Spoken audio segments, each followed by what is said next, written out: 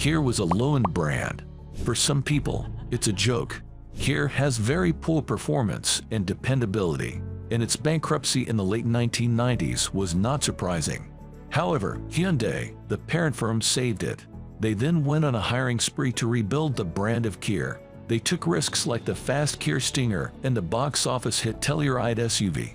The people began praising them and giving them awards. Welcome to Trade Tales TV. There is a small reminder. If you have not yet subscribed to my channel, don't forget to subscribe and press the bell icon so that you don't miss out on any newly uploaded videos. And hang on till the end of the video so you don't miss any interesting details. Now let's move on. So, this video will talk about Kia's story and its revolution. Kia. In the United States, sales have increased threefold during the past 20 years. People no longer view Kia as a joke, but rather as a high-quality brand. In 2022, they set a record. They had more vehicles that got an IQS award than any other brand. After achieving such success, Kia is now pursuing EVs as its next frontier.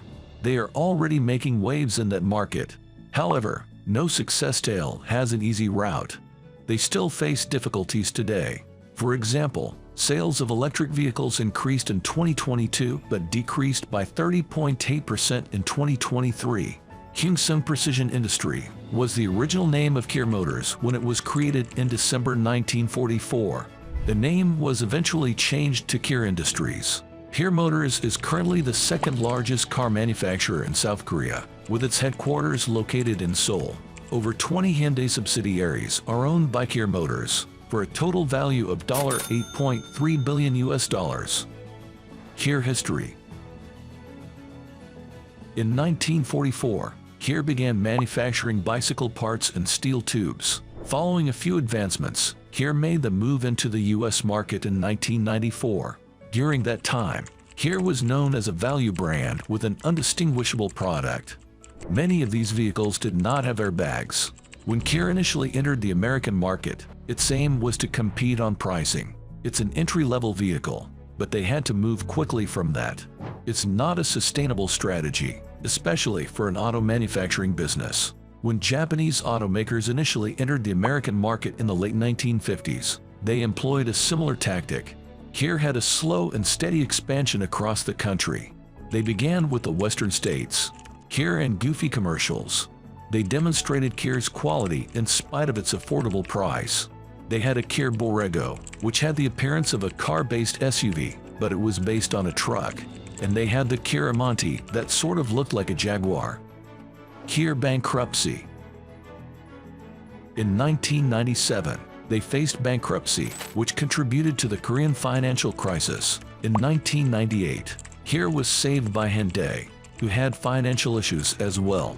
Hyundai paid $912 million in cash with a condition that $5.8 billion in debt shall be written off for a 51% stake in Kia.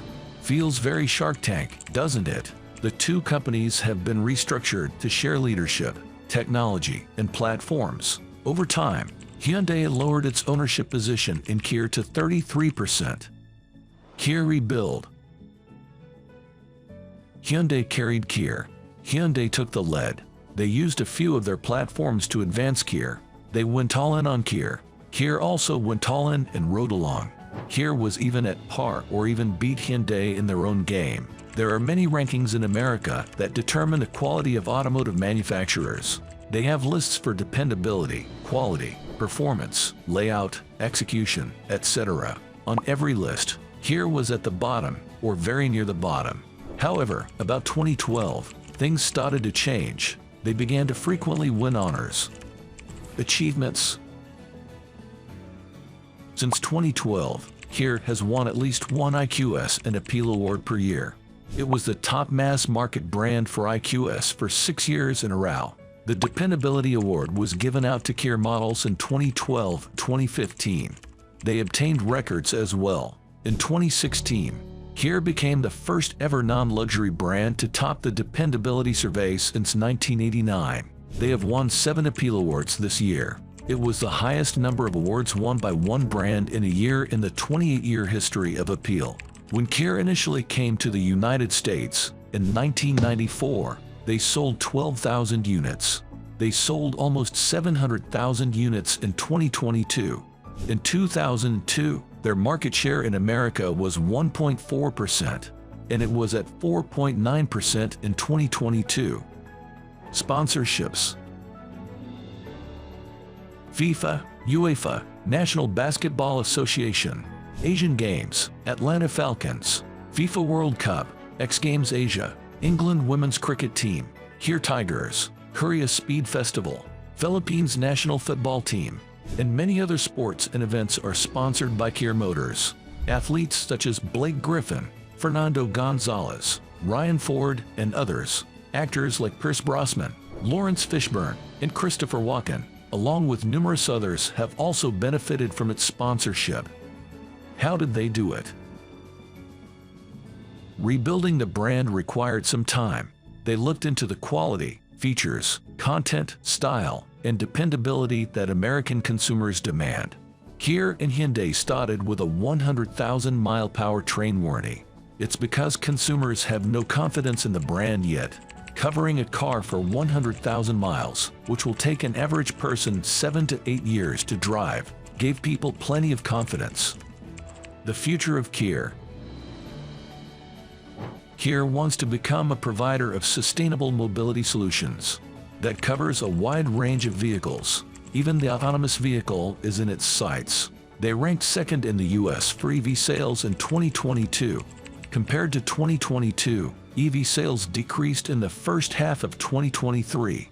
They don't get federal credits for EVs under the Inflation Reduction Act because they manufacture them outside America currently. Customers who lease the car, however, are eligible for the credit. Kia will also inject $200 million into its Georgia factory to prepare to build the V9, which will qualify for the credit. 40% of Kia vehicles sold in the United States will be produced at that plant in Georgia. Finally, along with other automakers, the company has invested in an EV charging network. In the upcoming years, 30,000 fast chargers are expected to be constructed. Kia predicts that EVs might account for 10% to 12% of their overall sales once the V9 is included in their business plan. That brings us to the end of the video. Thank you for staying to the end of the video. Don't forget to like, share, subscribe, and tell us what you think about this video below in the comments section. Thank you for staying to the end of the video. We hope you enjoyed the technological deep dive and learned something new. If you did, smash that like button and drop a comment below to share your thoughts. And to make sure you don't miss out on future tech explorations, subscribe to Trade Tales TV. Until next time, keep innovating and exploring the ever-expanding world of technology.